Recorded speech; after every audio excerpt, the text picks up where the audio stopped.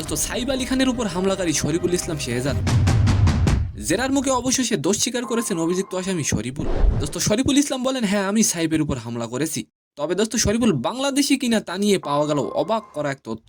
And second নিউজটি থাকবে দোস্ত জনপ্রিয় রিয়েলিটি শো বিগ বস।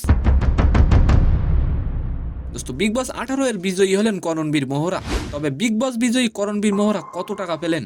তো নিউজ দুটি জানতে অবশ্যই ভিডিওটি সম্পূর্ণ দেখবেন। সালাম নমস্কার দোস্ত।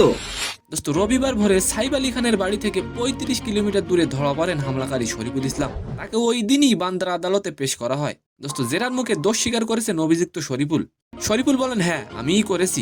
দোস্ত তার বয়ান অনুযায়ী ডাকাতির চেষ্টা তিনিই করেন এবং তিনিই সাইফ আলী খানের উপর হামলা করেন। দোস্ত সাইফ আলী খানের উপর হামলার ঘটনায় অন্য কারোর হাত থাকতে পারে কিনা অবশ্যই আপনি কমেন্ট করে যাবেন।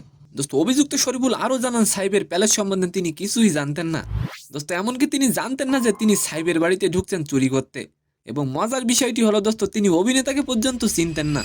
দোস্ত অভিযুক্ত শরীফুল পরে জানতে পারেন সাইফ একজন জনপ্রিয় অভিনেতা। এদিকে শরীফুলের আইনজীবী জানান তার মোয়াক্কেল যে বাংলাদেশি নাগরিক এমন কোনো প্রমাণ নেই পুলিশের হাতে। সেকেন্ড নিউজটি হলো অবশেষে বিগ বস 18 এর বিজয়ী হলেন জনপ্রিয় অভিনেতা করণবীর মোহরা।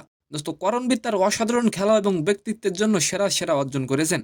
দোস্ত গ্র্যান্ড ফিনালের চূড়ান্ত পর্যায়ে গিয়ে বিজয়ী ট্রফি ও 50 লাখ টাকার নগদ পুরস্কার পান করণবীর। তো সম্মানিত দর্শক, আজকের ভিডিওটি কেমন লাগলো অবশ্যই কমেন্ট বক্সে জানাবেন।